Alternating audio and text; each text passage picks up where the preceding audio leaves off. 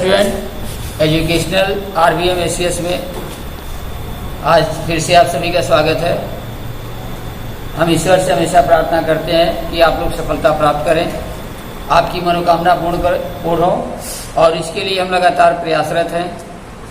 यहाँ जो भी वीडियो बनाए जा रहे हैं वे बहुत ही निष्ठा, लगन और ध्यान से बनाए जा रहे हैं, और सभी विषय जो भी यहाँ पढ़ाया जा रहा है सभी विस्तार से पढ़ाया जा रहा है। हम आशा करते हैं कि यह आपके लिए वरदान साबित होगा, और ये सभी वीडियो यदि आपको पसंद आता है तो आप लोग इसे लाइक, शेयर और सब्सक्राइब कीजिए, और साथ ही इसे अपने दोस्तों के साथ, अपने भाइयों बहनों के साथ भी शेयर कीजिए, ताकि वे लोग भी इसका लाभ प्राप्त कर सकें। और हमारा मुख्य उद्देश्य यही है कि शिक्षा से अधिक लोग लाभ अर्जित करें। तो आगे अब हम लोग समय को ध्यान में रखते हुए अपने विषय पर चलते हैं। ध्यान दें, आज यहाँ पर आप लोगों को बताया जाएगा use of am, is and are. आज हम लोग पढ़ेंगे use of am, is and are. सबसे पहले तो इसकी मीनिंग याद रखें। एम मीन्स क्या होता है? देखो बच्चों, एम मीन्स होता है हूं। एम मीन्स हूं। इज मीन्स क्या होता है? इज मीन्स होता है। और ARE, आर मीन्स होता है। ठीक है, तो ये तीनों मीनिंग याद रखेंगे। इज माने क्या होता है, एम माने क्या होता है, और आर माने क्या होता है। ठीक है, इसकी मीनिंग सबसे पहले ध्यान रखेंगे। एम मीन्स होता है हूँ, इज मीन्स होता है, आर मीन्स होता है। ठीक है, अब आगे हम लोग क्या देखते हैं, कुछ और भी इसके बारे में हम जानकारी प्राप्त देते हैं। पर्सन, देखिए पर्सन क्या होता है?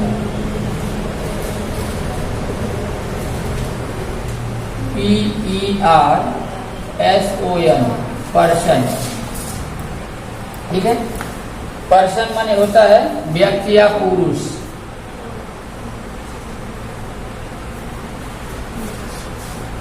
पर्सन माने होता है व्यक्ति या पुरुष। तो पर्सन 3 प्रकार के होते हैं। ये पर्सन 3 प्रकार के होते हैं। कौन कौन होते हैं? देखिए यहाँ हम लिख रहे हैं 3 प्रकार कौन कौन है। पहला है फर्स्ट पर्सन, ये दूसरा है, ये तीसरा है। पहले को कहते हैं फर्स्ट पर्सन, दूसरा है सेकेंड पर्सन, और तीसरा है थर्ड पर्सन। ये 3 पर्सन होते हैं। इज, आर और एम का जो हम प्रयोग बताने जा रहे हैं, कहाँ यूज करते हैं, कब हम लोग इज लगाते हैं, कब हम लोग आर लगाते हैं, कब हम लोग एम लगाते हैं, इसका उपयोग करने से पहले सब लोग पर्सन के बारे में जानकारी प्राप्त करें। पर्सन 3 प्रकार के होते हैं। पहला होता है फर्स्ट पर्सन, दूसरा होता है सेकेंड पर्सन, और तीसरा होता है थर्ड पर्सन। इसके बारे में सबसे पहले जानकारी रखना है। फर्स्ट पर्सन में देखिए क्या होता है। फर्स्ट पर्सन आई को कहा जाता है। ठीक है, फर्स्ट पर्सन क्या है? आई। सेकेंड पर्सन हम कहते हैं यू को, और थर्ड पर्सन क्या है? आई और यू को छोड़कर, जैसे ही, दे, राम, बॉय, चिल्ड्रेन। ठीक है, जो भी लिखा जाए आई और यू को छोड़ करके बाकी जितने हैं सब क्या हैं? Third person. आगे बात समझ में? तो सबको यह ध्यान रखना है फर्स्ट पर्सन क्या है, सेकेंड पर्सन क्या है और थर्ड पर्सन क्या है। फिर से एक बार ध्यान दें, पर्सन मीन्स होता है पुरुष, और पर्सन 3 प्रकार के होते हैं। इंग्लिश में पर्सन 3 प्रकार के होते हैं, फर्स्ट पर्सन, सेकेंड पर्सन और थर्ड पर्सन। फर्स्ट पर्सन किसको कहते हैं, आई को। आई मीन्स क्या होता है, मैं। आई मीन्स मैं, तो हमेशा मैं क्या होता है, फर्स्ट पर्सन होता है। ठीक है।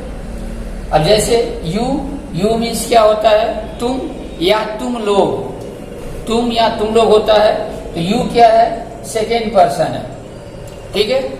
और थर्ड पर्सन में आई और यू को छोड़कर यानी बाकी सभी ही है, सी है, दे है, राम है, बॉय है, चाइल्ड है, चाहे गोट है, ठीक है, लायन है, जो भी हम लोग कहेंगे ये सब क्या है, थर्ड पर्सन है। आगे बात समझ में, तो ये पर्सन याद रखना है सभी लोगों को। दूसरी चीज है वी जैसे कहते हैं, तो वी क्या है, फर्स्ट पर्सन का प्लूरल होता है, क्योंकि वी में आई भी शामिल होता है। वी आगे बस वी मीन्स होता है हम लोग, तो हम लोग में आई भी क्या होता है, शामिल होता है। तो फर्स्ट पर्सन का प्लूरल रूप होता है, आई का फर्स्ट पर्सन, आई एक फर्स्ट पर्सन है और इसका प्लूरल रूप होता है वी। ये भी ध्यान रखेंगे। सेकेंड पर्सन तो यू याद ही रखना है, और आई और यू को छोड़ करके बाकी सब क्या है, थर्ड पर्सन, ये याद रखना है। अब देखिए कब हम लोग एंड लगाते हैं, कब इज लगाते हैं, कब आर लगाते हैं। ठीक है। तो हमेशा फर्स्ट पर्सन के साथ हम लोग क्या यूज करेंगे, हमेशा हमें एंड लगाना है। आई के साथ हमेशा क्या यूज करेंगे, एंड। ठीक है। और यू देखिए सेकेंड पर्सन है, इसके साथ भी हमेशा आर का प्रयोग करेंगे। ठीक है। यू के साथ हमेशा आर का प्रयोग करना है। आई फर्स्ट पर्सन है, इसके साथ हम लोग एम लगाएंगे, और यू सेकेंड पर्सन है, इसके साथ हम लोग क्या लगाएंगे, आर लगाएंगे। ठीक है।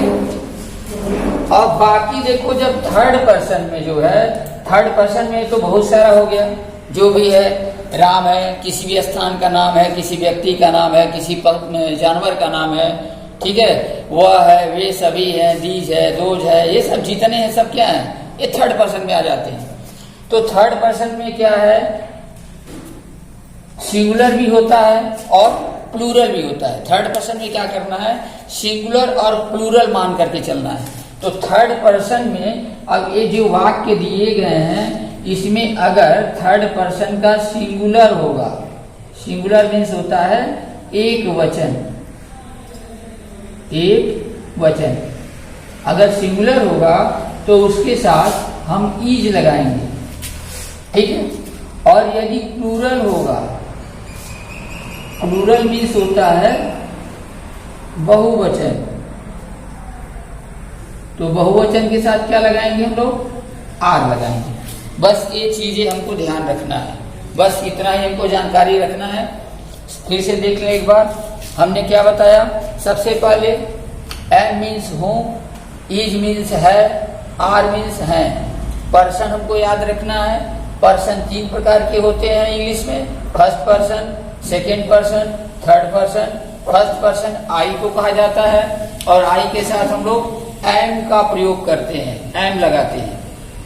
सेकेंड पर्सन यू होता है, यू के साथ हम लोग आर लगाते हैं।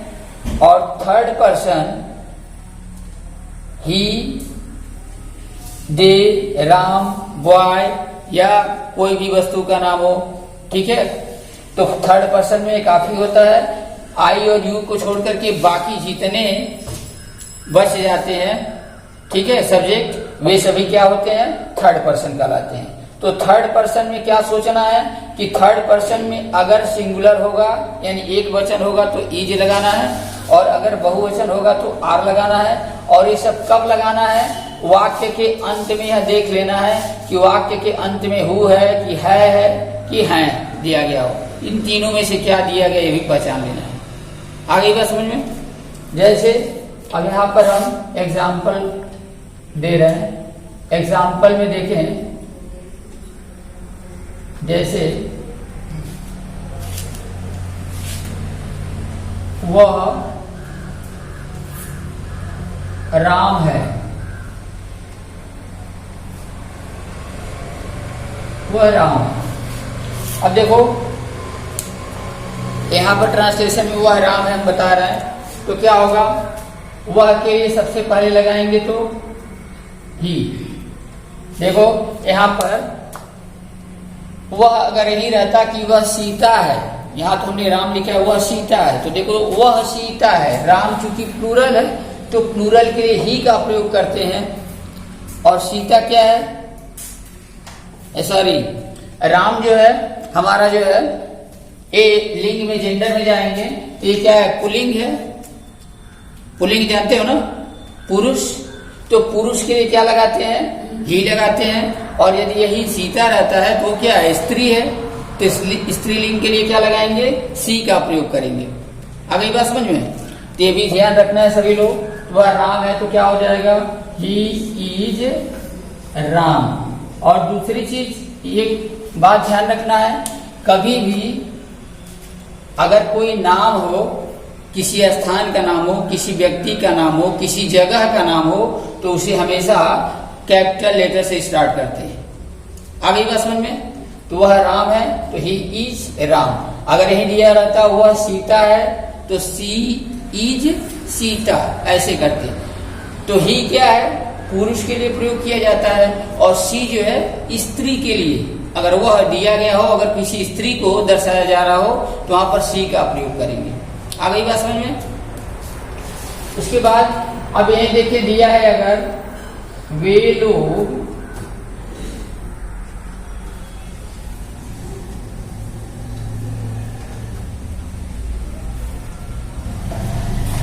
विद्यार्थी है, यहां पर देखिए वे लोग विद्यार्थी हैं। अब यहां जो दिया इसको पहचानो, ये क्या है, ये क्या है, थर्ड पर्सन है ना। वे लोग हमने बताया था कि आई फर्स्ट पर्सन है, यू सेकेंड पर्सन है, बाकी सब क्या है, थर्ड पर्सन है। अब पहचान क्या है, ये सब इज आर एम का प्रयोग जो करते हैं वह जब वाक्य के अंत में है और हूं दिया हो तभी प्रयोग करते हैं, ठीक है। अब वे लोग विद्यार्थी हैं तो वे लोग थर्ड पर्सन है, तो थर्ड पर्सन में वे लोग का सबसे पहले यहाँ लिख लेते हैं दे। अब दे क्या है, सिंगुलर है कि प्लूरल है, प्लूरल है। वे लोग विद्यार्थी हैं, वे लोग कहने का मतलब कि एक आदमी को नहीं दर्शाया जा रहा है, इससे एक आदमी का बोध नहीं होता है। यहाँ पर एक से अधिक है, विद्यार्थी केवल एक व्यक्ति को नहीं कहते ना, यहाँ पर बहुत से लोग हैं, वे लोग हैं। तो वे लोग क्या है, कई लोगों के, कई संख्या को दर्शाता है, कई लोगों के समूह को दर्शाता है, इसीलिए यहाँ पर वे लोग क्या है, बहुवचन है, प्लूरल है।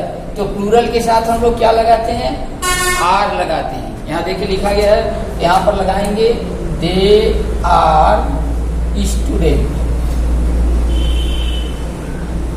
ठीक है, वे लोग विद्यार्थी हैं। आगे बस उनमें उसी तरह से अगर दिया जाए मैं एक छात्र हूं, देखो अब अपने लिए दिया जा रहा है तो मैं क्या है, फर्स्ट पर्सन है। यहाँ देखो आई के साथ एम लगाते हैं, मैं के लिए यहाँ लगाएंगे आई और आई के साथ लगाएंगे एम।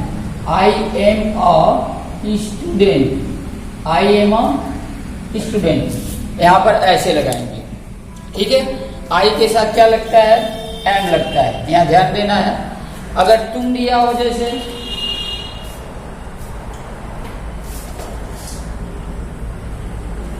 तुम एक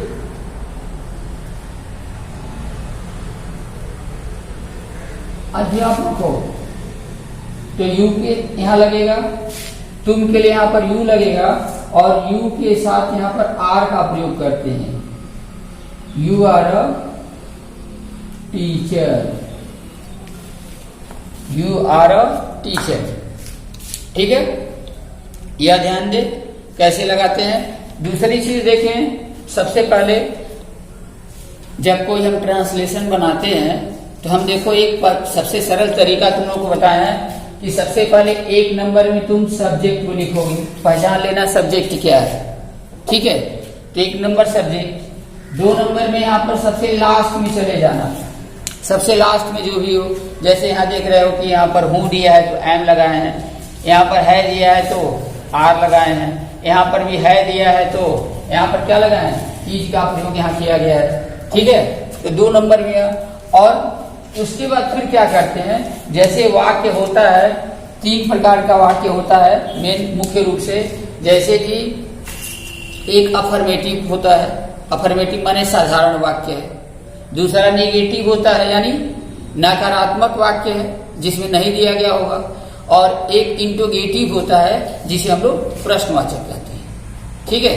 एक वाक्य के अनुसार जो है हम इसमें परिवर्तन थोड़ा करते हैं, जैसे अगर अफर्मेटिव हो, यहाँ जितना वाक्य अभी हम बताए हैं सब क्या है, अफर्मेटिव है, साधारण वाक्य। इसमें क्या करते हैं, देखो सब में सबसे पहले 1 नंबर में लगाते हैं, 2 नंबर में और फिर 3 नंबर में क्या करोगे, शुरू से आ जाना, 1 नंबर में 2 नंबर में और देखो 3 नंबर में या, और फिर 4 नंबर में, इन सब में भी 1 नंबर 2 नंबर या 3 नंबर, ठीक है। इसमें 1 नंबर 2 नंबर या 3 नंबर और या 4 नंबर। तो ऐसे क्या करना है, सबसे पहले अगर अफर्मेटिव दिया हो तो सबसे पहले हम यहाँ जो सब्जेक्ट दिया रहेगा उसको लिख लेंगे, फिर सबसे लास्ट वाला इज आर एम जो भी लगेगा यहाँ लगा लेंगे, और फिर स्टार्ट में चले आना, यहाँ के बाद सबसे पहले चले आना उसको रख देंगे। आई बात समझ में। लेकिन अगर वही निगेटिव में दिया रहता है तो क्या करते हैं, अगर निगेटिव में दिया रहेगा तो जो हम इज आर एम का प्रयोग करते हैं उसके बाद नॉट तुरंत लगा देते हैं। जैसे मान लो अगर कह दिया जाता है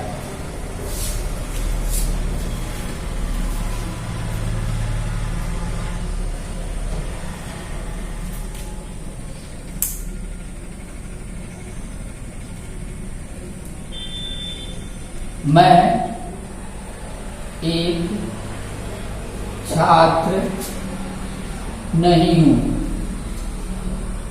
अब यहां देखो लिखते हैं मैं एक छात्र नहीं हूं। अब देखो निगेटिव आ गया, तो निगेटिव में क्या करोगे, सबसे पहले यहां पर आई का प्रयोग उसी तरह से करना है, उसके बाद यहां पर 2 नंबर इसका प्रयोग करना है, तो 2 नंबर में क्या होगा, एम लग जाएगा, और उसके बाद तुरंत उसके पीछे नहीं का, ठीक है, आई एम नॉट, और उसके बाद फिर यहां पर चले जाएंगे 4 और 5, फिर शुरू से जहां जो भी बचा होगा एकदम स्टार्ट से कर देते हैं। I am not a student, मैं एक विद्यार्थी नहीं हूं या मैं एक छात्र नहीं हूं। तो देखो निगेटिव में यही थोड़ा परिवर्तन हो जाता है कि सब्जेक्ट सबसे पहले 1 नंबर या 2 नंबर सबसे लास्ट में जाना, अगर निगेटिव दिया होगा तो उसी के बगल में होगा तो उसको 3 नंबर में ले लेते हैं, और फिर जो भी होगा फिर शुरू से लिखना शुरू कर देते हैं, जो भी बचा रहता है उसको स्टार्ट से लिखना शुरू कर देते हैं। आगे बात समझ में। इंट्रोगेटिव में भी अगर मान लो दिया रहता है, क्या पहले दिया रहता है, या जो इज आर और एम है उसको सबसे पहले निकाल लेते हैं, इज आर एम को सबसे पहले निकालेंगे, फिर उसके बाद बाकी जो वाक्य में बच जाता है उसको वैसे ही रख दिया जाता है, जो भी बच जाएगा उसको हम वैसे ही रख देते हैं। जैसे अब यहां पर देखिए इंट्रोगेटिव का हम एक एग्जांपल देते हैं, जैसे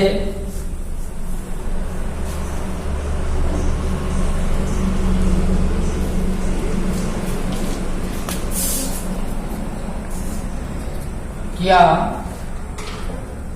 वह एक लंबा लड़का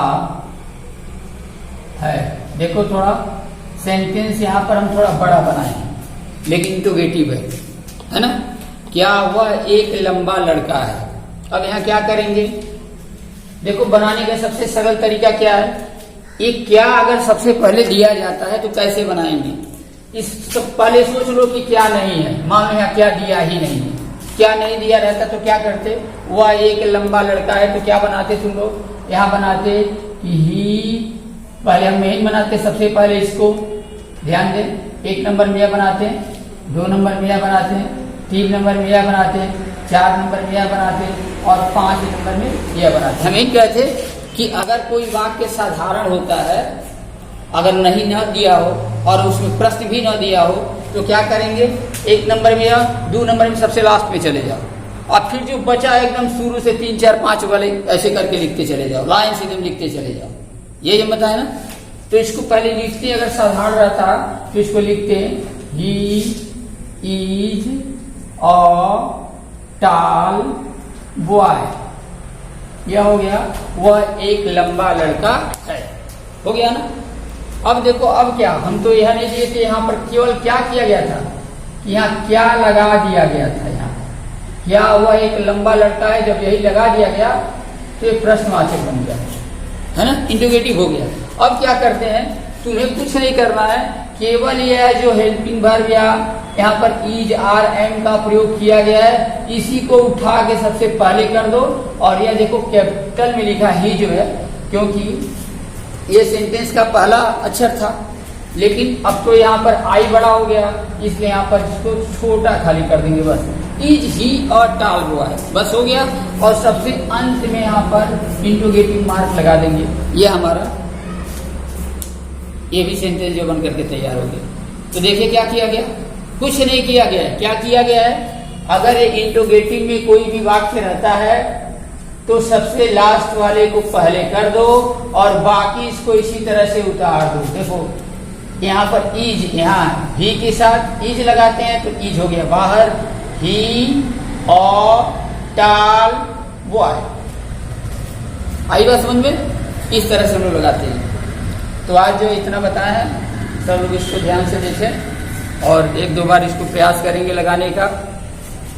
आगे हम जो है इसके आगे पुनः बताएंगे।